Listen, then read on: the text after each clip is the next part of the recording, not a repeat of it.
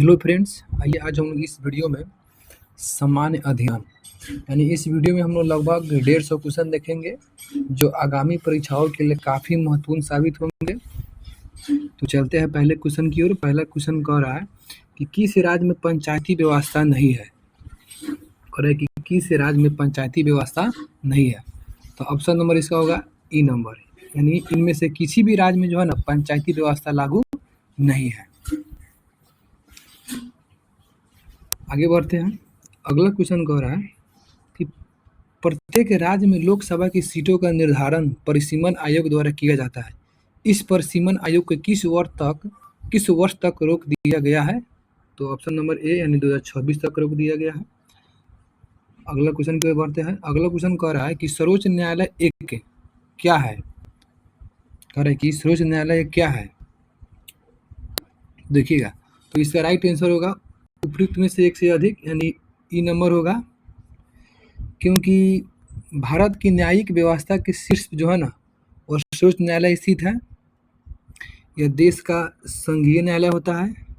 ठीक है, यह देश का संघीय न्यायालय इसलिए होता है क्योंकि यह संघ तथा राज्यों के बीच के जो है ना राज्यों के मध्य विवाद पर निर्णय देता है और संविधान का अंतिम विवेचक भी है। यानी सर्वोच्च न्यायालय जो है संविधान का क्या है, अंतिम विवेचक भी है और इसे न्यायिक पुनर्लोकन की भी शक्ति है। सर्वोच्च न्यायालय को न्यायिक पुनर्लोकन की भी शक्ति है। ठीक है, उसके बाद मानव अधिकारों का संरक्षक भी करता है। यानी कहने का मतलब है किसी भी व्यक्ति का अगर मौलिक अधिकार का हनन हो रहा है तो वह आर्टिकल 32 के तहत कहाँ जाएगा, सुप्रीम कोर्ट जाएगा, और आर्टिकल 226 के तहत हाई कोर्ट जाएगा। इसीलिए इसका राइट आंसर होगा ई नंबर, उपयुक्त में से एक से अधिक। अगला क्वेश्चन की ओर बढ़ते हैं। अगला क्वेश्चन का रहा है 4 नंबर कि पंचायतों की वित्तीय स्थिति की समीक्षा के लिए राज्य सरकार के प्रत्येक 5 वर्षों में क्या गठित करती है। तो इसका राइट आंसर होगा आपका सी नंबर, वित्त आयोग। यानी राज्य सरकार प्रत्येक 5 वर्ष में क्या गठित करती है, तो वित्त आयोग का गठन करती है। देखिए, इसके बारे में थोड़ा जानते हैं। 243 के आई आर्टिकल जो है के अनुसार 243 के आई आर्टिकल के अनुसार जो है ना किसी राज्य का राज्यपाल प्रत्येक वर्ष में पंचायतों की वित्तीय स्थिति की समीक्षा के लिए वित्त आयोग का गठन करती है। यानी कहने का मतलब है कि वित्त आयोग का गठन कौन करती है, तो राज्य के राज्यपाल। कितना वर्ष में, तो 5 वर्ष के लिए। ठीक है, आगे बढ़ते हैं। अगला कह रहा है कि सामुदायिक विकास का उद्देश्य क्या होता है। सामुदायिक विकास का उद्देश्य क्या है, देखिएगा, इसका राइट आंसर होगा इसमें उपयुक्त में से एक से अधिक होगा। ठीक है, यानी पर्यावरण के संरक्षण के लिए, समरस जीवन के लिए, आर्थिक विकास के लिए, मानव पूंजी का निर्माण के लिए। अगला पढ़ते हैं। अगला क्वेश्चन कह रहा है कि 2022 के भारत के 16वें उपराष्ट्रपति चुनाव के लिए निर्वाचन मंडल में कितने सदस्य थे। तो इसका राइट आंसर होगा आपका डी नंबर, यानी 788 सदस्य था। कितने सदस्य था, 788 सदस्य था। ठीक है, अगला क्वेश्चन की ओर बढ़ते हैं। अगला क्वेश्चन कह रहा है कि भारत का राष्ट्रपति कितनी बार पुनः चुनाव के लिए पात्र होता है।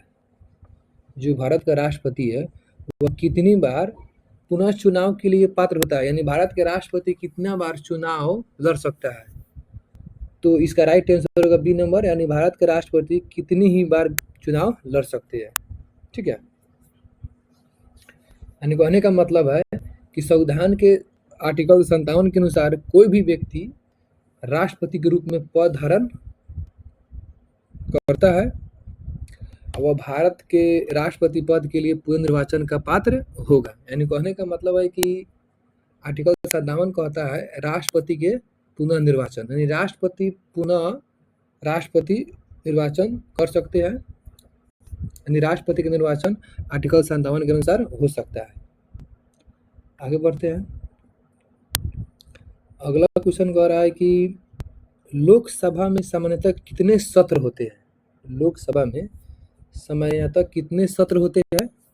तो इसका राइट आंसर होगा सी नंबर, 3 गो सत्र होता है। अब देखते हैं कौन कौन है।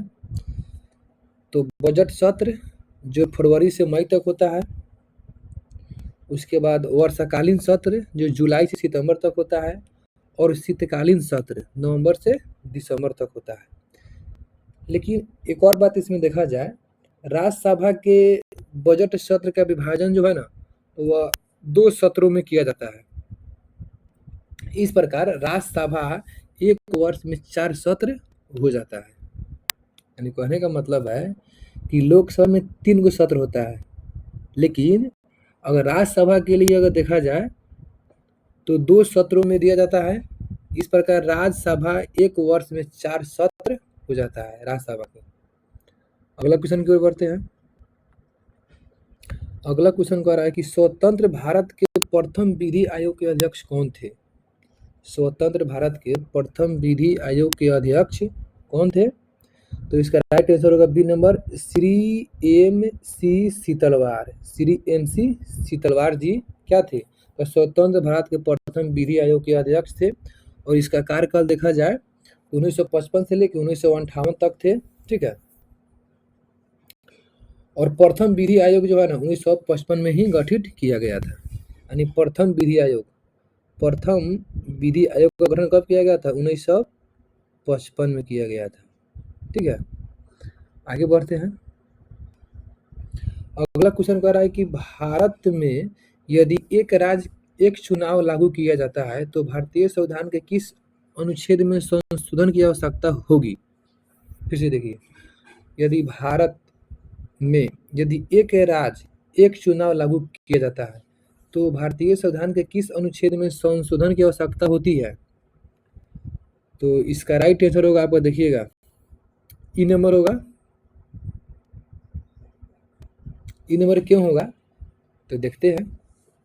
देखिएगा, कह रहा है कि यदि भारत में एक राज्य एक चुनाव लागू किया जाता है तो आर्टिकल 83 और आर्टिकल 172 में संशोधन की आवश्यकता होगी।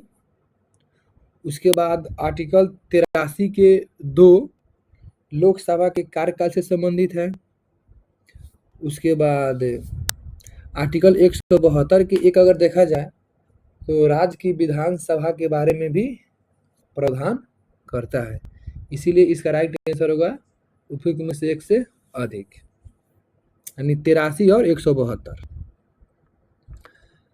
अगला क्वेश्चन कह रहा है कि वस्तु वर्गीकरण और समूह के अनुसार विश्वव्यापी निर्यातों में भारत का हिस्सा वर्ष 2018 में कितना था? यानी वस्तु वर्गीकरण और समूहों के अनुसार विश्वव्यापी निर्यातों में भारत का हिस्सा वर्ष 2018 में कितना था? तो इसका राइट आंसर होगा आपका सी नंबर, 1.7% था। आगे क्वेश्चन की ओर बढ़ते हैं। अगला क्वेश्चन कह रहा है कि चतुर्थ अग्रिम अनुमान के अनुसार वर्ष 2021 में भारत में गेहूं का कुल उत्पादन कितना है? तो इसका राइट आंसर होगा आपका सी नंबर, यानी 109.5 मिलियन टन है। अगला क्वेश्चन की ओर बढ़ते हैं। अगला क्वेश्चन कह रहा है कि जीवंत ग्राम कार्यक्रम के संबंध में सही कथन पर विचार करना है। तो इसका राइट आंसर होगा आपका बी नंबर। कह रहा है कि यह उत्तरी सीमा पर सीमावर्ती गांव के विकास के लिए है। यानी जीवंत ग्राम कार्यक्रम जो है किसके लिए सही है? तो यह उत्तरी सीमा पर सीमावर्ती गांव के विकास के लिए है। अगला क्वेश्चन की ओर बढ़ते हैं। अगला क्वेश्चन कह रहा है 14 नंबर, देखिएगा, बिहार के आर्थिक सर्वेक्षण 2021-22 के अनुसार इसमें गलत कथन को चुनना है। ठीक है, तो इसमें जो गलत जो है वो बी नंबर है। यानी बिहार में प्राथमिक क्षेत्र जो में 2.8% की दर से वृद्धि हुई है, यह गलत बात है। लेकिन बिहार में तृतीयक क्षेत्र में 8.5% की उच्चतम दर से बढ़ा है, यह सही है। बिहार में प्राथमिक क्षेत्र में 2.3% की वृद्धि हुई है, यह सही है। बिहार में द्वितीयक क्षेत्र की वृद्धि 4.8% की दर से हुई है, यह सही है। अगला क्वेश्चन की ओर बढ़ते हैं।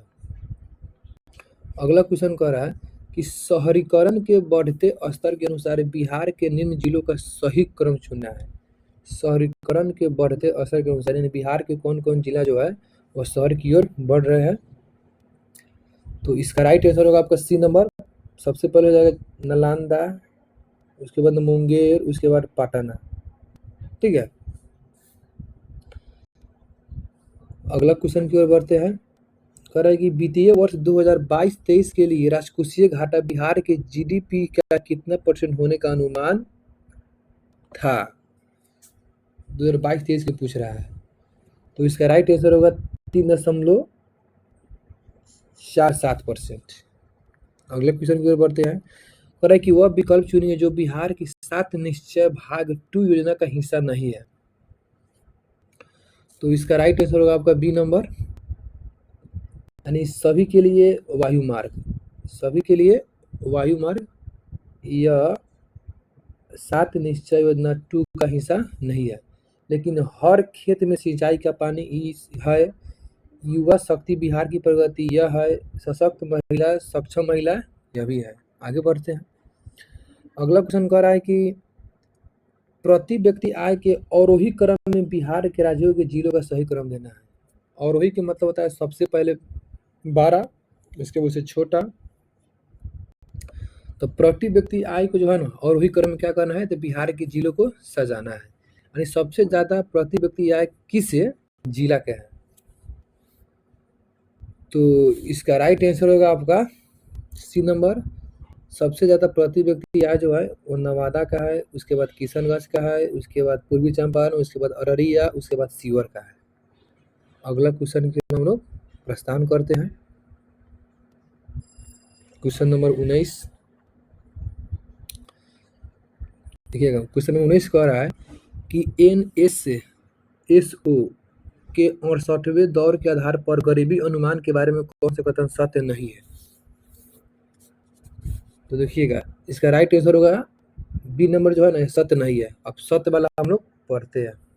भारत की 1.9% जनसंख्या गरीबी रेखा से नीचे जीवन यापन कर रही थी, ये बात सही है। उसके बाद कह रहा है कि ग्रामीण क्षेत्र के लिए गरीबी रेखा को 27.20 रुपया प्रति व्यक्ति प्रतिदिन परिभाषित किया गया, ये भी बात सही है। शहरी क्षेत्रों के लिए गरीबी रेखा को 33.33 रुपया प्रति व्यक्ति प्रतिपादन यानी प्रतिदिन परिभाषित किया गया। यानी कहने का मतलब है कि NSSO के 68वें दौर के आधार पर जो है ना तो गरीबी अनुमान के बारे में सत्य चुनना है। कौन कौन है, तो इसमें हम लोग देख लिए हैं कि ग्रामीण क्षेत्र के लिए कितना था, 27.20 रुपया था प्रति व्यक्ति आय, और शहरी क्षेत्र के लिए 33.33 प्रति रुपया था। अगला क्वेश्चन की ओर बढ़ते हैं। अगला क्वेश्चन कह रहा है देखिएगा, निम्न में से कौन सा भारत में सूक्ष्म उद्योग को आंशिक रूप से परिभाषित करता है। तो इसका राइट आंसर होगा सी नंबर। संयंत्र और मशीनरी या उपकरणों में 1 करोड़ रुपए से अधिक निवेश नहीं। कह रहा है कि भारत में जो सूक्ष्म उद्यमों को आंशिक रूप से परिभाषित करता है तो संयंत्र और मशीनरी या उपकरणों में 1 करोड़ रुपए से अधिक निवेश नहीं करना है। अगला क्वेश्चन की ओर बढ़ते हैं। प्रधानमंत्री कृषि सिंचाई योजना के बारे में कौन सा कथन गलत है। तो इसका राइट आंसर होगा डी नंबर, ये गलत है। सही वाला पढ़ते हैं कि जल भृतों के पुनर्भरण में वृद्धि, वर्षा संचयन संरचनाओं का निर्माण, जल निकायों की मरम्मत और नवीकरण। अगला क्वेश्चन की ओर बढ़ते हैं। अगला क्वेश्चन कह रहा है कि भंडारी समिति किससे संबंधित है। भंडारी समिति किससे संबंधित है, तो क्षेत्रीय ग्रामीण बैंकों की पुनर्संरचना के लिए। भंडारी समिति किससे संबंधित है? तो क्षेत्रीय ग्रामीण बैंकों की पुनर्संरचना के लिए। अगला क्वेश्चन की ओर बढ़ते हैं। अगला क्वेश्चन कह रहा है कि राष्ट्रीय पेंशन योजना एनपीएस से संबंधित सही कथन चुनना है। तो इसका राइट आंसर होगा ई नंबर। राष्ट्रीय पेंशन योजना जो है ना, इसको बोलते हैं एनपीएस से संबंधित सही कथन कौन है? तो इसका राइट आंसर होगा ई नंबर। देखते हैं कि ई नंबर में क्या कह रहा है। देखिएगा, ई नंबर में कह रहा है कि उपरोक्त में से एक से अधिक। अब उपरोक्त में से एक से अधिक क्या क्या होगा, इसके बारे में मुझे देखते हैं। देखिएगा, कह रहा है कि एनपीएस को इरडा द्वारा विनियमित किया जाता है। यानी कह रहा है कि एनपीएस, इसको बोलते हैं राष्ट्रीय पेंशन योजना। तो एनपीएस को पेंशन फंड नियामक और विकास प्राधिकरण द्वारा विनियमित किया जाता है। यानी एनपीएस योजना 1 जनवरी 2004 से केंद्र सरकार की सेवा सशस्त्र बलों को छोड़कर सभी नई भर्तियों के लिए अनिवार्य की गई। इसे विस्तार कर स्वैच्छिक आधार पर संगठित यानी असंगठित क्षेत्र के कामगारों सहित भारत के सभी नागरिकों के लिए उपलब्ध किया गया। उसके बाद 2009 से लागू किया गया। 18 से लेकर 65 वर्ष के आयु वर्ग में भारत का कोई भी नागरिक निवासी और अनिवासी दोनों एनपीएस में शामिल हो सकता है। यानी हम जितना पढ़े हैं वह एनपीएस के बारे में था। एनपीएस का मतलब होता है राष्ट्रीय पेंशन योजना। राष्ट्रीय पेंशन योजना का शुरुआत जो है 1 जनवरी 2004 से यानी केंद्र सरकार के द्वारा किया गया। चलिए हम लोग अगला क्वेश्चन की ओर बढ़ते हैं।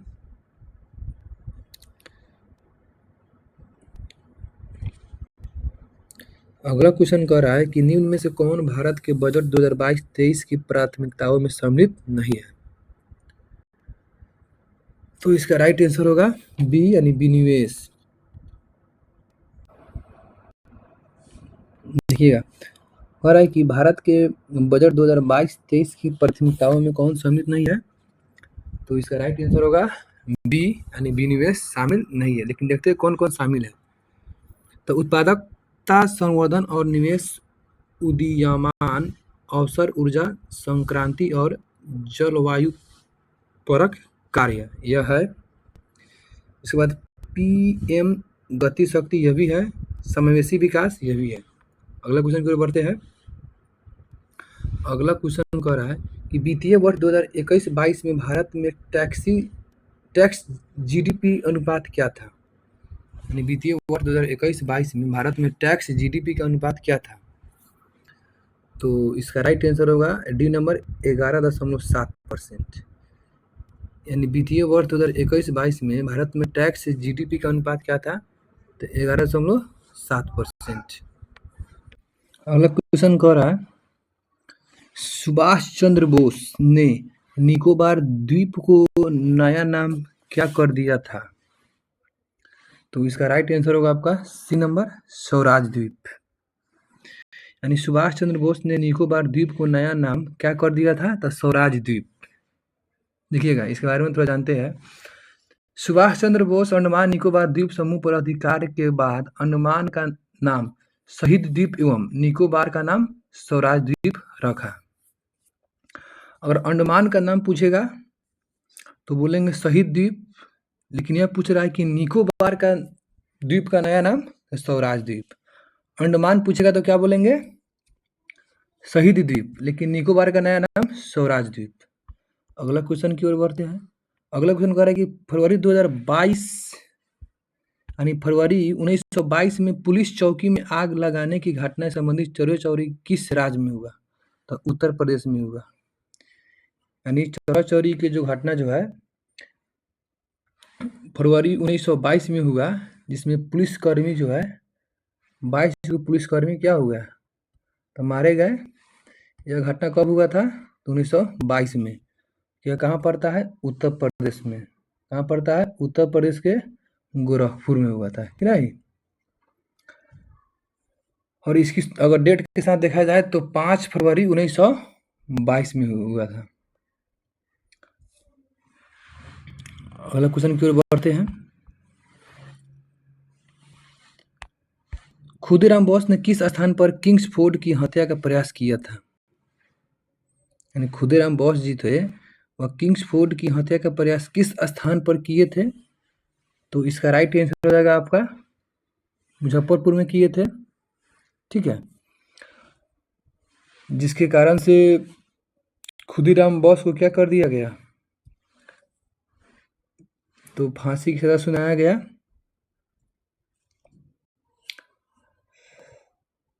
और यह घटना कब हुआ था? तो 30 अप्रैल 1908 में। यानी खुदीराम बोस ने किस स्थान पर किंग्सफोर्ड की हत्या का प्रयास किया? तो मुजफ्फरपुर में। कब किया? 30 अप्रैल 1908 में किया, जिसमें से खुदीराम बोस को फांसी की सजा सुनाया गया। और प्रफुल्ल चाकी को जो है ना, प्रफुल्ल चाकी जो थे वो खुद को क्या कर लिए? चाकू मार लिए।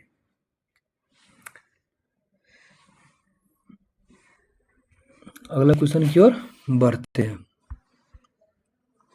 अगला क्वेश्चन कह रहा है कि आजाद दास्ता बिहार में किस आंदोलन के दौरान सक्रिय रहा? तो आजाद दास्ता जो है भारत छोड़ो आंदोलन के दौरान बिहार में क्या रहा?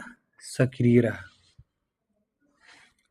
देखिएगा, आजाद दास्ता का उद्देश्य क्या था? तो आजाद दास्ता का उद्देश्य जो है ना, क्रांतिकारी युवकों को अंग्रेजों के विरुद्ध प्रशिक्षण देना था। ठीक है, और भारत छोड़ो आंदोलन के दौरान जयप्रकाश नारायण ने नेपाल में आजाद दास्ता का गठन किया था। यानी आजाद दास्ता गठन कौन किया था? जयप्रकाश नारायण। कौन किया था? जयप्रकाश नारायण। कहाँ किया था? तो नेपाल में किया था। आजाद दास्ता का गठन जयप्रकाश नारायण ने कहाँ किया था? नेपाल में किया था। अगला क्वेश्चन की ओर बढ़ते हैं। अगला क्वेश्चन कह रहा है कि 1946 में गठित अंतरिम सरकार के मंत्रिमंडल में श्रम विभाग किसे सौंपा गया था? तो इसका राइट आंसर होगा आपका सी नंबर, जगजीवन राम को। यानी 2 सितंबर 1946 को अंतरिम सरकार गठित की गई थी। उसमें जगजीवन राम को जो है ना श्रम विभाग सौंप दिया गया था। ठीक है, और उसमें अंतिम सरकार के वायसराय प्रेसिडेंट किसे बनाया गया था? पंडित जवाहरलाल नेहरू को बनाया गया था। उसके बाद डॉक्टर राजेंद्र प्रसाद को बनाया गया था खाद्य एवं प्रसंस्करण मंत्री बनाया गया था। अगला क्वेश्चन की ओर बढ़ते हैं। अगला क्वेश्चन करें 1942 में किस त्योहार के अवसर पर जयप्रकाश नारायण हजारीबाग जेल से निकल पड़े? तो इसका राइट आंसर होगा आपका दीपावली के दिन। यानी जयप्रकाश नारायण को हजारीबाग जेल में रखा गया था, तो वह किस त्योहार के दिन जेल से भाग निकले? तो दीपावली के दिन। ठीक है, और डेट अगर देखा जाए तो 9 नवंबर 1942। ठीक है, इसके बारे में थोड़ा और डिटेल से देखते हैं। क्वेश्चन पूछता है कि जयप्रकाश नारायण के साथ कौन कौन से साथी थे? तो देखिएगा, इसमें इसके साथी जो थे रामानंद मिश्र, योगेंद्र शुक्ल, सूरज नारायण सिंह, गुलाब चंद्र गुप्त और शालिग्राम सिंह के साथ हजारीबाग जेल से दीवार फांदकर फरार हो गए। और जयप्रकाश नारायण ने नेपाल की तराई जंगलों में भूमिगत हो गए और यहाँ से आजाद दास्ता का गठन किए। अगला क्वेश्चन की ओर बढ़ते हैं। कह रहा है कि डॉक्टर राजेंद्र प्रसाद को संविधान सभा का सभापति चुन लिया गया। कब? तो इसका राइट आंसर होगा आपका दिसंबर 1946 में। यानी 9 दिसंबर 1946 को डॉक्टर शशिचंद्र सिन्हा को अस्थायी अध्यक्ष बनाया गया, लेकिन 11 दिसंबर 1946 को डॉक्टर राजेंद्र प्रसाद को संविधान सभा का अस्थायी अध्यक्ष बनाया गया। अगला क्वेश्चन की ओर बढ़ते हैं। अगला क्वेश्चन कह रहा है कि सीमांत गांधी के नाम से किसे जाना जाता है? तो सीमांत गांधी के नाम से जो है ना अब्दुल गफ्फार खान को जाना जाता है। ठीक है, अगला क्वेश्चन की ओर बढ़ते हैं। झांसी की रानी लक्ष्मीबाई की मृत्यु कहाँ हुई थी? यानी झांसी की रानी लक्ष्मीबाई की मृत्यु कहाँ हुई थी? तो झांसी की रानी लक्ष्मीबाई की मृत्यु जो है वो ग्वालियर में हुआ था। ठीक है, झांसी की रानी लक्ष्मीबाई की मृत्यु कहाँ हुआ था? तो ग्वालियर में हुआ था। और अगर देखा जाए इसके बारे में थोड़ा और, तो रानी लक्ष्मीबाई जो थी ना, तो 1857 के विद्रोह के दौरान विद्रोही में यानी सैनिकों का नेतृत्व किए थे। और हीरो रोज ने 3 अप्रैल 1858 को झांसी पर अधिकार कर लिया। यानी हीरो रोज ने 3 अप्रैल 1858 को झांसी पर अधिकार कर लिया। रानी को झांसी छोड़ना पड़ा। तात्या टोपी की सहायता से उन्होंने ग्वालियर पर अधिकार कर लिया। रानी अंग्रेजों के विरुद्ध लड़ती हुई ग्वालियर दुर्ग के दीवार के पास 17 जून 1858 को वीरगति प्राप्त हुआ। यानी रानी लक्ष्मीबाई की मृत्यु कब हुआ? तो रानी लक्ष्मीबाई की मृत्यु अगर देखा जाए, कहाँ गया है,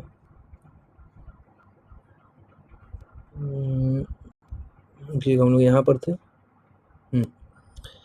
यानी रानी लक्ष्मीबाई की मृत्यु जो है वो क्या हुआ? ग्वालियर में हुआ। कब हुआ? तो 17 जून, यानी 17 जून 1858 में हुआ। 1858 में हुआ। अगला क्वेश्चन की ओर बढ़ते हैं। अगला क्वेश्चन कह रहा है कि बंगाल विभाजन के समय किसने कहा था विभाजन हमारे ऊपर बम की तरह गिरा? तो इसका राइट आंसर होगा सी नंबर सुरेंद्रनाथ बनर्जी ने कहा। यानी सुरेंद्रनाथ बनर्जी ने कहा कि बंगाल विभाजन के समय विभाजन हमारे बम के ऊपर गिरा है। तो सुरेंद्रनाथ बनर्जी ने कहा। अगला क्वेश्चन की ओर बढ़ते हैं। सरदार उधम सिंह ने किसे मारा? सरदार उधम सिंह ने किसे मारा? तो इसका राइट आंसर होगा आपका ए नंबर, यानी माइकल ओ डायर को मारा। माइकल ओ डायर को मारा, जो गोली चलाया था। और गोली चलाने का आदेश कौन दिया था? जनरल डायर ने दिया था। तो जनरल डायर जो है उसका मृत्यु हो गया लाकवा के कारण। और उधम सिंह ने माइकल ओ डायर को मार गिराया। कब मारा? तो 13 मार्च 1940 में। कहाँ मारा? तो लंदन में जाके मारा। कहाँ? लंदन में। अगला क्वेश्चन की ओर बढ़ते हैं।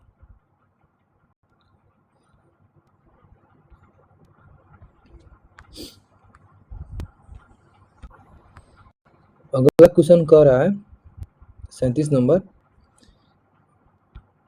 बारदोली सत्याग्रह का सफल नेतृत्व किसने किया था?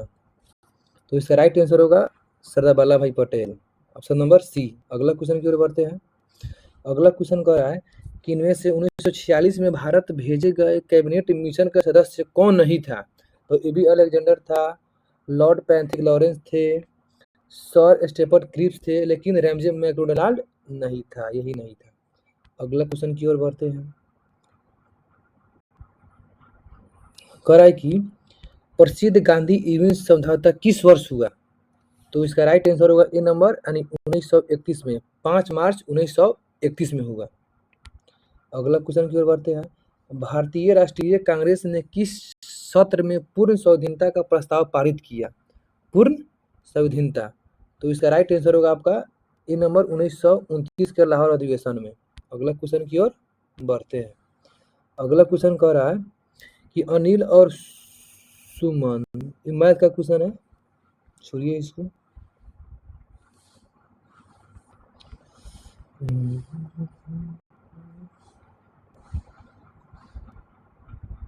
देखिएगा यहाँ पर देखते हैं। कह रहा है कि उत्कृष्ट धातुओं के संदर्भ में निम्न वाक्यों पर विचार करना है। ठीक है, देखते हैं क्या कह रहा है।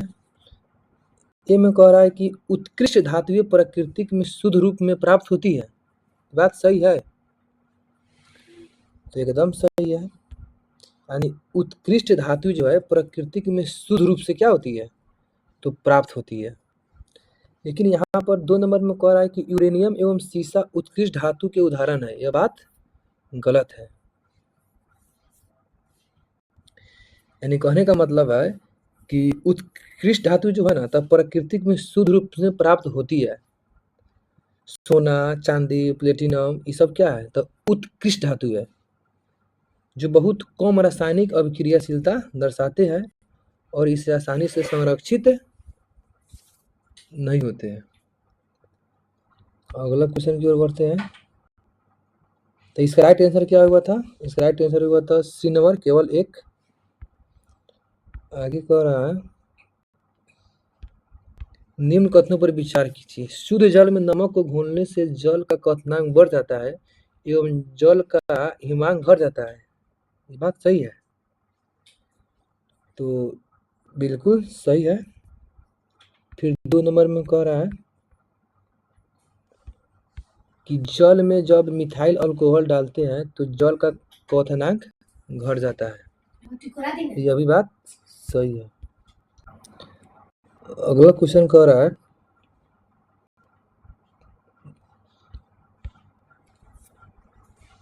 बायोगैस का निम्न में से कौन सा अवयव प्रमुख है? तो मीथेन हो जाएगा, ऑप्शन नंबर सी। देखिएगा, बायोगैस का प्रमुख अवयव मीथेन होता है। यानी इसमें 50 से लेकर 75% तक क्या होता है? मीथेन होता है। यानी बायोगैस में 50 से लेकर और 75% तक क्या होता है? मीथेन होता है। ठीक है। इसके अलावा अगर देखा जाए तो carbon dioxide, nitrogen, hydrogen, sulphur dioxide, biogas एवं उत्तम घरेलू ईंधन है जो बिना धुआं के उत्पन्न किए जलती है। अगला क्वेश्चन की ओर देखते हैं। कह रहा है कि निम्न में से किस रसायन के कारण पटाखा फूटने से चमकदार लाल रंग दिखाई देता है? लाल कह रहा है, तो लाल के लिए हो जाएगा स्ट्रोंशियम। क्या हो जाएगा? स्ट्रोंशियम हो जाएगा। स्ट्रोंशियम का संकेत होता है SR। क्या होता है? SR। ठीक है।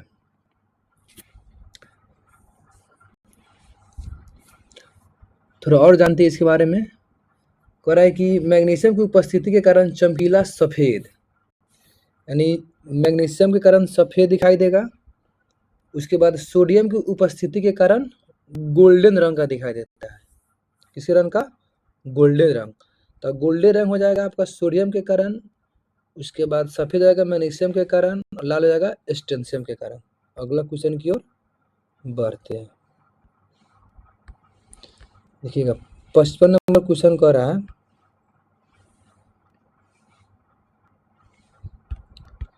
लवणायुक्त वातावरण प्रेमी पौधे को क्या कहते हैं? तो इसका हो जाएगा ऑप्शन नंबर बी, लवणोद्भिद।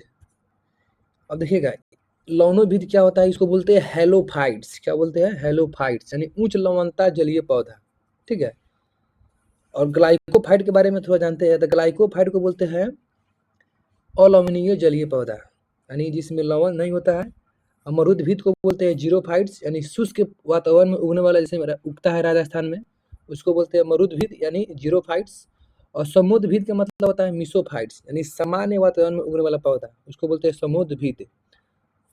अगला क्वेश्चन की ओर बढ़ते हैं। कवक पौधे में नहीं पाया जाता है क्या? तो पर्णहरित, यानी कवक पौधों में पर्णहरित नहीं पाया जाता है। कवक पौधों में नहीं पाया जाता है क्या? तो पर्णहरित नहीं पाया जाता है। ठीक है। अगला क्वेश्चन की ओर बढ़ते हैं।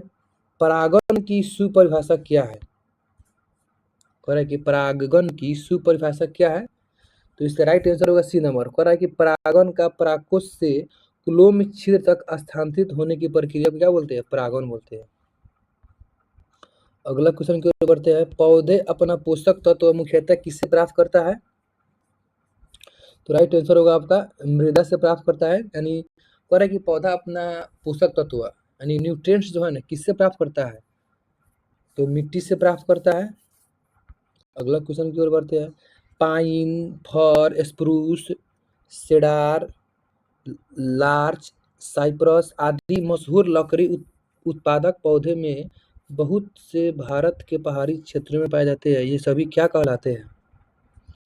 तो अनावृति बीज कहलाते हैं। क्या कहलाते हैं? अनावृति बीज कहलाते हैं। अगला क्वेश्चन की ओर बढ़ते हैं। निम्न में से कौन सा जो सुमेलित है? तो इसका राइट आंसर हो जाएगा बी नंबर, मलेरिया जो है ना, तो क्लोरोक्विन इसका दावा है। यानी जब मलेरिया होता है तो हम लोग क्लोरोक्विन का उपयोग करते हैं। ठीक है, तो यह सही है। आगे हम लोग बढ़ते हैं। कहला है कि लाल रक्त कणिका विहीन जंतु कौन है? लाल रक्त कणिका विहीन जंतु कौन है, यानी किसमें लाल रक्त नहीं पाया जाता है? तो राइट आंसर होगा आपका केचुआ में लाल रक्त नहीं पाया जाता है। अगला क्वेश्चन की ओर बढ़ते हैं। कार्बोहाइड्रेट के अपघटनोपरांत अंतिम रूप से क्या बनता है? तो राइट आंसर होगा आपका ग्लूकोज बनता है। क्या बनता है? ग्लूकोज। अगला क्वेश्चन की ओर बढ़ते हैं। अगला क्वेश्चन कह रहा है कि अधिकतर एंजाइम होते हैं। अधिकतर एंजाइम होते हैं तो प्रोटीन होते हैं। अगला क्वेश्चन की ओर बढ़ते हैं। किस वैज्ञानिक चिकित्सा ने पहली बार टीकाकरण की शुरुआत किया था? तो इसका राइट आंसर होगा आपका बी नंबर, एडवर्ड जेनर। अगला क्वेश्चन की ओर बढ़ते हैं। वॉशिंग मशीन का कार्यकारी सिद्धांत क्या है? तो अपकेंद्रण। अगला क्वेश्चन की ओर बढ़ते हैं। अगला क्वेश्चन कह रहा है कि प्रकाश की गति निम्न में से किस माध्यम में न्यूनतम होती है? यानी प्रकाश की गति सबसे कम किस में होता है? तो इसका राइट आंसर होगा आपका कांच में। कांच में जो है ना, प्रकाश की गति बहुत ही कम होता है। अगला क्वेश्चन कह रहा है कि इनमें से कौन सदिश राशि नहीं है? यानी सदिश राशि नहीं है, तो इसका राइट आंसर हो जाएगा आपका सी नंबर, यानी गति। गति या सदिश राशि नहीं है बल्कि अदिश राशि है। लेकिन बल, आघूर्ण, इसको बोलते हैं टॉर्क इंग्लिश में, विस्थापन, वेग, ये सब क्या है? सदिश राशि है। अगला क्वेश्चन की ओर बढ़ते हैं। यदि धरती घूमने की गति बढ़ा दी जाए तो भूमध्य रेखा पर पिंड का वजन क्या होगा? पड़ेगी। यदि धरती की घूमने की गति बढ़ा दिया जाए तो भूमध्य रेखा पर पिंड की वजन कितना होगा? तो कह रहा है कि घट जाएगा। यानी यदि धरती की घूमने की गति को बढ़ा दिया जाए तो भूमध्य रेखा पर पिंड का वजन घट जाएगा। अगला क्वेश्चन की ओर बढ़ते हैं। गति को सर्वप्रथम किसने परिभाषित किया? तो गति को सर्वप्रथम गैलीलियो ने परिभाषित किया। अगला क्वेश्चन की ओर बढ़ते हैं। किस नियम के अनुसार समान ताप और दाब पर सभी गैसों के निश्चित आयतन में अणुओं की संख्या समान होती है? तो इसका राइट आंसर होगा आपका बी नंबर, एवोगाड्रो का नियम। अगला क्वेश्चन की ओर बढ़ते हैं। अगला क्वेश्चन कह रहा है कि अपेक्षिता का सिद्धांत किस वैज्ञानिक ने प्रस्तुत किया? तो इसका राइट आंसर होगा आपका सी नंबर, अल्बर्ट आइंस्टीन। अगला क्वेश्चन की ओर बढ़ते हैं। करें कि एक संवाहक के तापक्रम परिवर्तन के कारण इसमें से विभव परिवर्तन होता है, इस घटना को क्या कहते हैं? यानी एक संवाहक के तापक्रम परिवर्तन के कारण इसमें से विभव परिवर्तन होता है, इस घटना को क्या कहते हैं? तो इसका राइट आंसर होगा आपका ए नंबर, सीबेक प्रभाव। अगला क्वेश्चन की ओर बढ़ते हैं। आवर्धक कांच में किस प्रकार का लेंस प्रयोग किया जाता है? तो उत्तल लेंस का प्रयोग किया जाता है। अगला क्वेश्चन की ओर बढ़ते हैं। चुंबकत्व का अनुचुंबकीय, जिसको बोलते हैं समचुंबक सिद्धांत, इनमें से किसके द्वारा प्रदर्शित होता है? तो right answer B number, platinum के द्वारा। अगला क्वेश्चन कह रहा है कि परमाणु के नाभिक में मूल कौन कौन होता है? तो जाकर प्रोटॉन और न्यूट्रॉन, और नाभिक के चारों ओर इलेक्ट्रॉन चक्कर लगाता है। ठीक है, अगला क्वेश्चन की ओर बढ़ते हैं। जिस धातु प्रक्रिया के अंतर्गत धातु मिश्रित अवस्था में पाई जाती है उसे क्या कहते हैं? तो इसका राइट आंसर होगा आपका सी नंबर, परागलन कहते हैं। क्या कहते हैं? परागलन कहते हैं। अगला क्वेश्चन की ओर बढ़ते हैं। निम्न में से कौन पीतल के घटक है? यानी पीतल के घटक कौन है? तो तांबा और जास्ता, यानी ऑप्शन नंबर सी। अगला क्वेश्चन की ओर बढ़ते हैं। निम्न में से किसे अनबुझा चूना कहते हैं? अनबुझा चूना कहते हैं। देखिएगा, इसका राइट आंसर हो जाएगा सी नंबर, CaO। कह रहे कि अनबुझा, वही कहता है बुझा हुआ चूना, तो क्या होता है? COOH का होल्टवाश, यानी बुझा हुआ मतलब कि उसमें जल की मात्रा चला जाएगा, यानी OH चला जाएगा, और बिना बुझा हो जाएगा तो CaO यानी कैल्शियम ऑक्साइड। अगला क्वेश्चन की ओर बढ़ते हैं। अगला क्वेश्चन कह रहा है, देखिएगा, कह रहा है कि जंग लगे लोहे के वजन में निम्न में से कौन सा परिवर्तन होता है? तो इसका राइट आंसर होगा आपका सी नंबर, यह लंबे समय तक बढ़ता है। यानी जंग लगे लोहे के वजन में कौन सा परिवर्तन होता है? तो जब लोहा में जंग लग जाएगा तो उसका वजन बढ़ जाएगा, क्योंकि वह ऑक्सीजन से अभिक्रिया कर लेता है। अगला क्वेश्चन की ओर बढ़ते हैं। निम्न में से किसे श्वेत धातु भी कहते हैं? श्वेत धातु, तो प्लेटिनम को क्या बोलते हैं? श्वेत धातु कहते हैं। अगला क्वेश्चन की ओर बढ़ते हैं। निम्न में से किस मंत्रालय संगठन ने यूथ इन इंडिया रिपोर्ट 2022 जारी किया है? तो इसका राइट आंसर होगा ए नंबर, सांख्यिकी और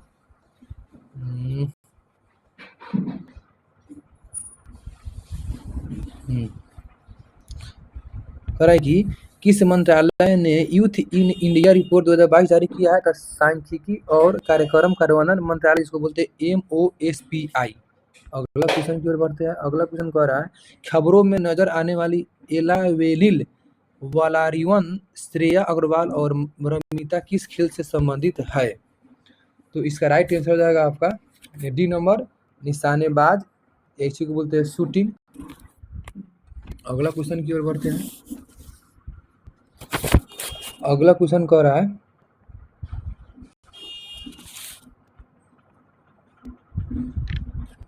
देखिएगा, कहाँ गया?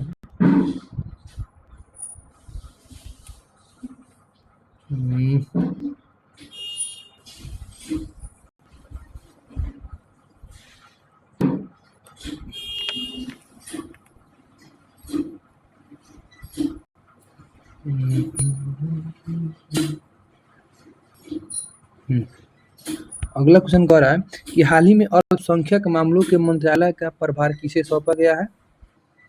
तो राइट आंसर होगा आपका सी नंबर, स्मृति ईरानी को। अगला क्वेश्चन कह रहा है कि भारत के 15वें राष्ट्रपति चुनाव के लिए संयुक्त प्रगतिशील गठबंधन यूपीए के उम्मीदवार कौन थे? तो इसका राइट आंसर होगा सी नंबर, यशवंत सिन्हा जी थे। कौन थे? यशवंत सिन्हा जी थे। अगला क्वेश्चन कह रहा है कि अपने उपन्यास ट्रम्प ऑफ सैंड रेट समाधि के लिए अंतर्राष्ट्रीय बुकर पुरस्कार प्राप्त करने वाली कौन है? तो गीतांजलि श्री। अगला क्वेश्चन की ओर बढ़ते हैं। अगला क्वेश्चन कह रहा है कि बिहार से किसे 2022 में दादा साहेब फाल्के भारतीय टेलीविजन पुरस्कार से सम्मानित किया गया? तो इसका राइट आंसर होगा डी नंबर, दीपा श्रेष्ठ को। अगला क्वेश्चन कह रहा है कि बिहार के आर्थिक सर्वेक्षण 2021-22 के अनुसार वर्तमान राज्य में शहरीकरण का स्तर क्या है? तो 15.3%। अगला क्वेश्चन की ओर बढ़ते हैं। बिहार में खादी के ब्रांड एम्बेसडर कौन है? तो राइट आंसर होगा ए नंबर, मनोज तिवारी। अगला क्वेश्चन की ओर बढ़ते हैं। सीता माता की विश्व में सबसे लंबी मूर्ति 251 मीटर का निर्माण बिहार के किस जिले में किया जाएगा? तो ऑप्शन नंबर हो जाएगा आपका डी, सीतामढ़ी में किया जाएगा। चुनाव के समय किया जाएगा 2029 में। आगे देखिए, सूची 1 को सूची 2 से मिलाना है। यानी कह रहा है कि बिहार के राज्यपाल, देखिएगा ये पुरानका डाटा कह रहा है, ठीक है। तो अगर देखा जाए तो अभी बिहार का राज्यपाल जो है सैयद अता हुसैन जी है, और बिहार के मुख्य न्यायाधीश जो है वह संगम कुमार जी है, और बिहार के मुख्यमंत्री सम्राट चौधरी जी है, और बिहार का चुनाव आयोग 2026 में गणेश कुमार जी थे, ठीक है। जो हम बताए वो नया डाटा था। अगला क्वेश्चन की ओर बढ़ते हैं। कह रहा है कि बिहार में ऑपरेशन प्रहार संबंधित है किससे? तो बिहार में ऑपरेशन प्रहार जो है वह संबंधित है शराबबंदी से। बिहार में ऑपरेशन प्रहार किससे संबंधित है? शराबबंदी से। अगला क्वेश्चन की ओर बढ़ते हैं। अगला क्वेश्चन कह रहा है कि बिहार के ऋतिक आनंद ने ब्राजील में आयोजित 24वें समर डेफ बैडमिंटन ओलंपिक में भारत के लिए कौन सा पदक जीता? तो इसका राइट आंसर हो जाएगा आपका स्वर्ण पदक। अगला क्वेश्चन की ओर बढ़ते हैं। हाल ही में बिहार में किस स्थान पर उत्तर भारत का पहला बर्ड रीनिंग स्टेशन खोला गया है? तो राइट आंसर होगा आपका सी नंबर, भागलपुर में खोला गया है। अगला क्वेश्चन कह रहा है कि निम्न में से किसने बिहार में गिद्ध संरक्षण योजना शुरू की है? तो राइट आंसर होगा ए नंबर, वाल्मीकि टाइगर रिजर्व में। यानी कह रहा है कि हाल ही में गिद्ध संरक्षण योजना शुरू की है तो वाल्मीकि टाइगर रिजर्व, जो कहाँ पड़ता है? कैमूर में। अगला क्वेश्चन कह रहा है कि सुनंदिनी कार्यक्रम संबंधित है किससे? तो आंगनबाड़ी कार्यकर्ताओं से। अगला क्वेश्चन कह रहा है जुलाई 2022 में किस देश के पूर्व प्रधानमंत्री शिंजो आबे की चुनाव अभियान के दौरान गोली मारकर हत्या कर दी गई है? तो राइट आंसर होगा डी नंबर, जापान। अगला क्वेश्चन कह रहा है कि संयुक्त राष्ट्र महासभा ने बहुभाषावाद पर एक भारत प्रायोजित प्रस्ताव अपनाया है जिसमें पहली बार किस भाषा का उल्लेख किया गया है? तो राइट आंसर होगा आपका हिंदी का उल्लेख किया गया है। अगला क्वेश्चन कह रहा है कि यूक्रेन में रूस के सैन्य अभियानों पर चर्चा करने के लिए महासभा के आपातकालीन सत्र की अध्यक्षता किसने की है? तो राइट आंसर होगा आपका सी नंबर, यानी अब्दुल्ला शाहिद ने किया है। अगला क्वेश्चन की ओर बढ़ते हैं।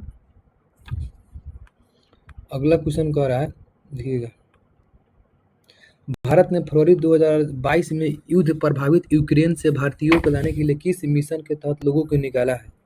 तो राइट आंसर होगा आपका बी नंबर, ऑपरेशन गंगा के तहत। यानी भारत ने 2022 में युद्ध में प्रभावित यूक्रेन से भारतीयों को लाने के लिए कौन सा ऑपरेशन चलाया था? तो ऑपरेशन गंगा। अगला क्वेश्चन की ओर बढ़ते हैं। हाल ही में चीन ने सत्तेंग वन्यजीव अभयारण्य के आसपास के क्षेत्रों में पराधिकार का दावा किया है, यह दावा करते हुए कि यह एक बाधित क्षेत्र है। यह वन्यजीव अभयारण्य कहाँ है?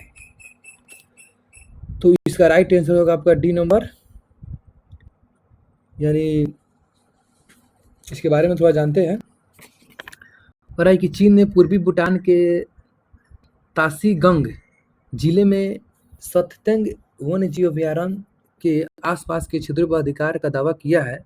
चीन के अनुसार यह अभयारण्य चीन भूटान विवादित क्षेत्र में स्थित है, लेकिन 2020 में global environment facility GEF council की 98वीं ऑनलाइन बैठक में इस अभयारण्य परियोजना के लिए होने वाली फंडिंग का चीन ने विवादित क्षेत्र बताकर विरोध किया। GEF यानी ग्लोबल इन्वायरमेंट फैसिलिटी अमेरिका आधारित एक वैश्विक निकाय है जो पर्यावरण क्षेत्र की परियोजना को वित्तीय सहायता प्रदान करता है। इसकी स्थापना 1992 में हुई थी।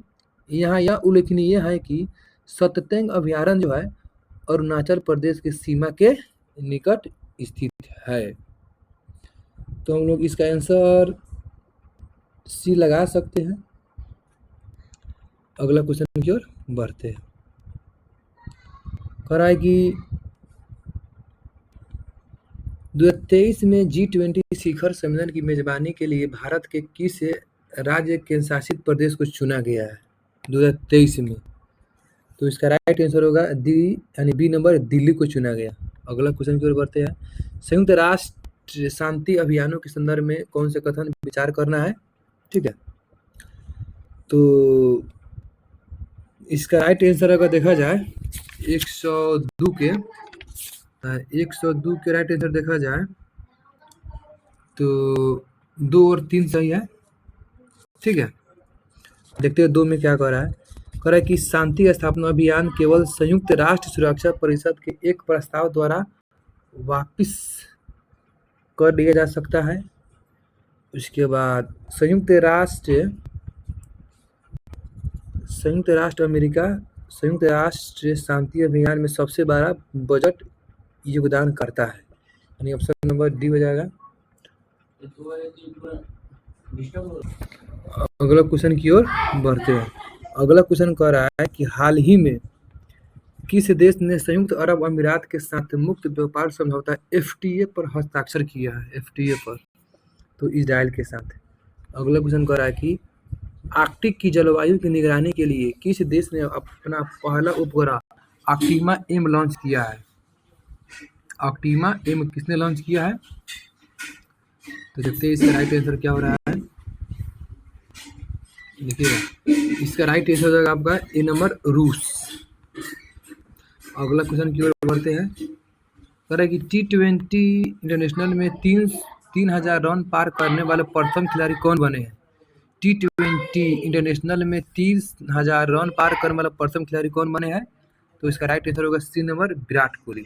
अगला क्वेश्चन की ओर बढ़ते हैं। कोविड-19 टीकाकरण 2022 की पूर्णता को सुनिश्चित करने के लिए शुरू किए गए अभियान का नाम क्या है? तो इसका राइट आंसर होगा आपका सी नंबर हर घर दस्तक अभियान 2.0। अगला क्वेश्चन की ओर बढ़ते हैं। 30 जून 2022 के बाद महाराष्ट्र के नए मुख्यमंत्री कौन बने? तो इसका राइट आंसर होगा आपका डी नंबर। देखिएगा, इसमें से कह रहा है कि 29 जून 2022 को उद्धव ठाकरे ने मुख्यमंत्री पद से त्याग पत्र दे दिया। इसके बाद 30 जून 2022 को एकनाथ शिंदे यानी शिवसेना शिंदे गुट नए मुख्यमंत्री पद की शपथ ली है। महाराष्ट्र में बदले राजनीतिक के घटनाक्रम के परिणाम स्वरूप भाजपा शिवसेना शिंदे गुट गठबंधन वाली सरकार में देवेंद्र फडणवीस भाजपा उप मुख्यमंत्री बने। अगला क्वेश्चन की ओर बढ़ते हैं।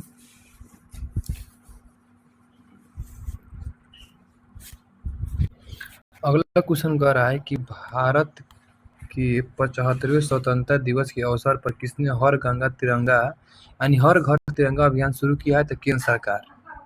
अगला क्वेश्चन की ओर बढ़ते हैं। अगला क्वेश्चन कह रहा है कि केंद्र की नई शिक्षा नीति को लागू करने की प्रक्रिया शुरू करने वाला देश का पहला राज्य कौन बना है? तो इसका राइट आंसर होगा सी नंबर उत्तराखंड। अगला क्वेश्चन की ओर बढ़ते हैं। भारत राज्यों के राज्यपालों के निम्नलिखित जोड़े पर मिलान करना है, ठीक है, इसमें दिया है उसके अनुसार।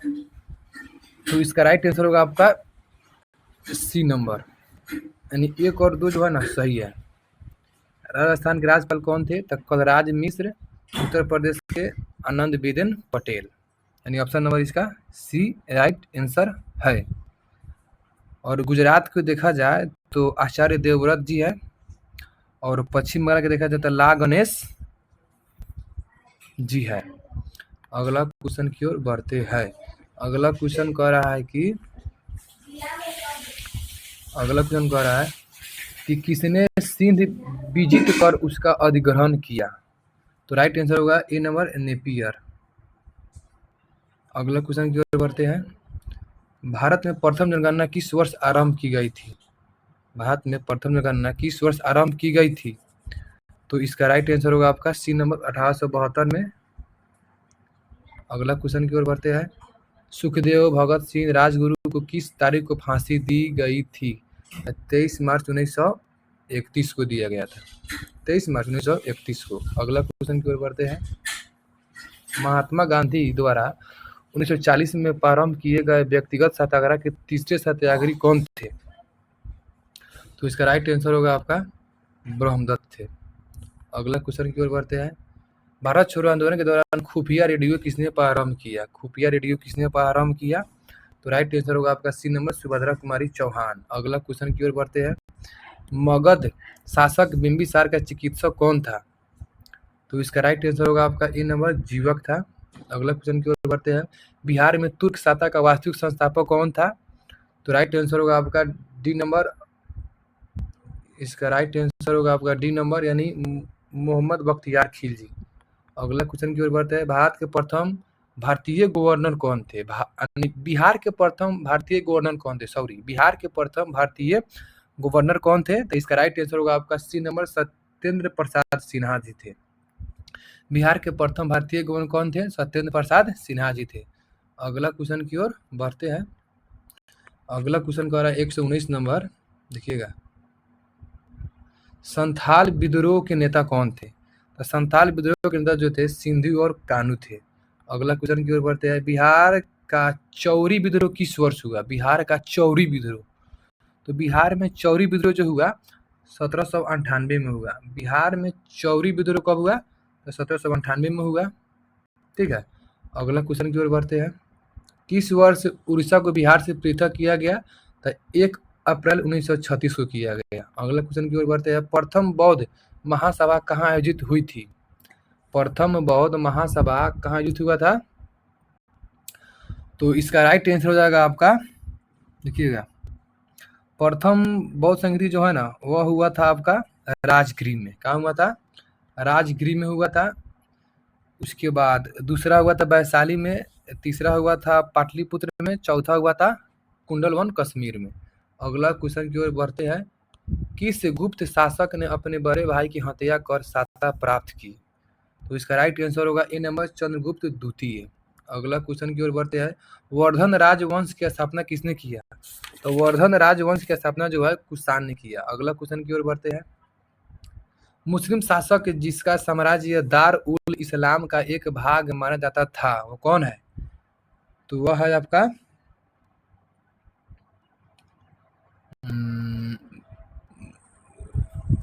इल्तुतमिश। कौन है? इल्तुतमिश। एक क्वेश्चन यहाँ पर छूट गया, पीछे देखते हैं। कि वर्धन राजवंश का स्थापना किसने किया? वर्धन राजवंश का स्थापना किसने किया? तो पुष्यभूति ने किया। यानी वर्धन राजवंश का स्थापना किसने किया? पुष्यभूति ने किया। अगला क्वेश्चन कह रहा है कि रोमन साम्राज्य से व्यापारिक संबंध किसने स्थापित किया? तो इसका राइट आंसर होगा चेर। अगला क्वेश्चन की ओर बढ़ते हैं।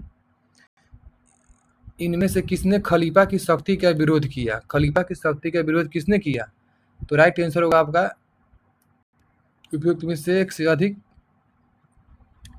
इसके बारे में थोड़ा जानते हैं।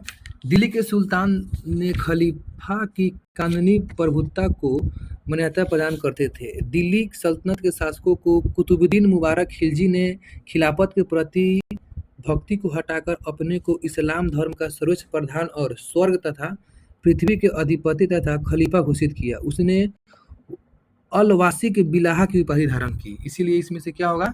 एक से अधिक होगा। अगला क्वेश्चन की ओर बढ़ते हैं।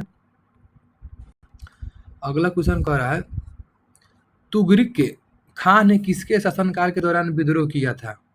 इसका राइट आंसर होगा सी नंबर बलबन के समय। अगला क्वेश्चन है सर्वप्रथम किस मुगल शासक ने ब्रिटिश के विरोध किया था? तो राइट आंसर होगा डी नंबर औरंगजेब। अगला क्वेश्चन की ओर बढ़ते हैं। निम्न में से कौन से सामाजिक सुधार विलियम बेंटिक ने आरंभ किया था? देखिएगा, सबसे पहले लॉर्ड विलियम बेंटिक जो थे वह सती प्रथा का भी अंत किए। ठीक है, यानी लॉर्ड विलियम बेंटिक जो सती प्रथा का भी अंत किए। उसके बाद देखा जाए तो विलियम बेंटिक जो थे वो सती प्रथा का उन्मूलन किया 1829 में, और ठगों के संगठित निरोहों का भी दमन किए। यानी ठगों के संगठित निरोहों का भी दमन किए। यानी सती प्रथा और ठगी प्रथा दोनों का सामाजिक सुधार कौन किए? तो लॉर्ड विलियम बेंटिक जी किए। ठीक है, इसीलिए इसका आंसर होगा उपयुक्त में से एक से अधिक। अगला क्वेश्चन की ओर बढ़ते हैं। अखबारी कागज उद्योग निम्न में से किस स्थान पर अवस्थित है? तो इसका राइट आंसर हो जाएगा आपका नेपानगर। यानी अखबारी कागज उद्योग मध्य प्रदेश के नेपानगर में स्थित है। देखिएगा, एक और बात इसमें बताना चाह रहे थे कि अगर पूछेगा कि दास प्रथा का अंत किसने किया? तो लॉर्ड एलनबोरो 1843 में। और धर्म परिवर्तन के कारण आयोग के प्रधान को किसने हटाया? तो लॉर्ड डलहौजी ने हटाया। ठीक है, यानी दास प्रथा का उन्मूलन किसने किया? तो दास प्रथा का उन्मूलन लॉर्ड एलनबोरो ने किया। और ठगी प्रथा और सती प्रथा लॉर्ड विलियम बेंटिक, और धर्म परिवर्तन के कारण अयोग्यता के प्रधान को हटाया लॉर्ड डलहौजी। चलिए अगला क्वेश्चन की ओर बढ़ते हैं। भारत में प्रथम कोयला खान कहाँ खोदी गई? भारत में प्रथम कोयला खान कहाँ खोदी गई? तो इसका राइट आंसर होगा आपका डी यानी कोल में। ठीक है, यानी कह रहा है कि भारत में पहला कोयला का पता रानीगंज के कोल में लगाया गया, 1774 में लगाया गया। ठीक है, जो पश्चिम बंगाल में पड़ता है। और इसके बारे में थोड़ा और देखा जाए तो रानीगंज कोयला क्षेत्र जो है ना, तो ऊपरी दामोदर घाटी में स्थित है, जो पश्चिम बंगाल का सबसे महत्वपूर्ण कोयला क्षेत्र है। अगला क्वेश्चन की ओर बढ़ते हैं। कह रहा है कि भारत की जनगणना 2011 के अनुसार सबसे अधिक अनुसूचित जाति कौन है? तो इसका राइट आंसर होगा ए नंबर, भील है। कौन है? भील। देखिएगा, भील जो है ना, तो सबसे अधिक अनुसूचित जाति है, और भील जो है राजस्थान, मध्य प्रदेश, छत्तीसगढ़, गुजरात, महाराष्ट्र, आंध्र प्रदेश, तेलंगाना तथा कर्नाटक में पाए जाते हैं। अगला क्वेश्चन की ओर बढ़ते हैं। बिहार राज्य का भौगोलिक क्षेत्रफल कितना है? तो 94,163 वर्ग किलोमीटर, और ऑप्शन नंबर ए। अगला क्वेश्चन की ओर बढ़ते हैं। अगला क्वेश्चन कह रहा है कि बिहार का शोक किसे कहा जाता है? तो कोसी को कहा जाता है। अगला क्वेश्चन की ओर बढ़ते हैं। बिहार के किस जिले में तेलहर कुंड स्थित है? बिहार के किस जिले में तेलहर कुंड जलप्रपात स्थित है? तो राइट आंसर होगा कैमूर में। तेल कहाँ लगाइएगा? मूरी में। अगला क्वेश्चन कह रहा है कि एशिया की सबसे बड़ी एवं ताजा जल वाली गोखुर झील कौन सी झील है? तो इसका राइट आंसर होगा कांवर झील है। अगला क्वेश्चन कह रहा है कि बिहार के किस जिले में सबसे अधिक सोने का भंडार है? तो ऑप्शन नंबर डी, जमुई में है। अगला क्वेश्चन कह रहा है कि बिहार के किस जिले को सिल्क सिटी कहा जाता है? तो भागलपुर को कहा जाता है। अगला क्वेश्चन कह रहा है कि भारत की जनगणना 2011 के अनुसार बिहार में महिला साक्षरता दर कितना % है? तो इसका राइट आंसर हो जाएगा आपका 51.5%, 51.50%। ठीक है। अगला क्वेश्चन की ओर बढ़ते हैं। सौर मंडल का प्रधान आकाशीय पिंड कौन सा है? तो इसका राइट आंसर होगा आपका सी नंबर, यानी सौर मंडल का प्रधान जो है सूर्य है। अगला क्वेश्चन की ओर बढ़ता है। पृथ्वी का आंतरिक परत निफे के निर्माण में किन तत्वों की प्रचुरता होती है? जैसे कि हम जानते हैं कि पृथ्वी के 3 परत में बांटा गया है, क्रस्ट, मेंटल, कोर।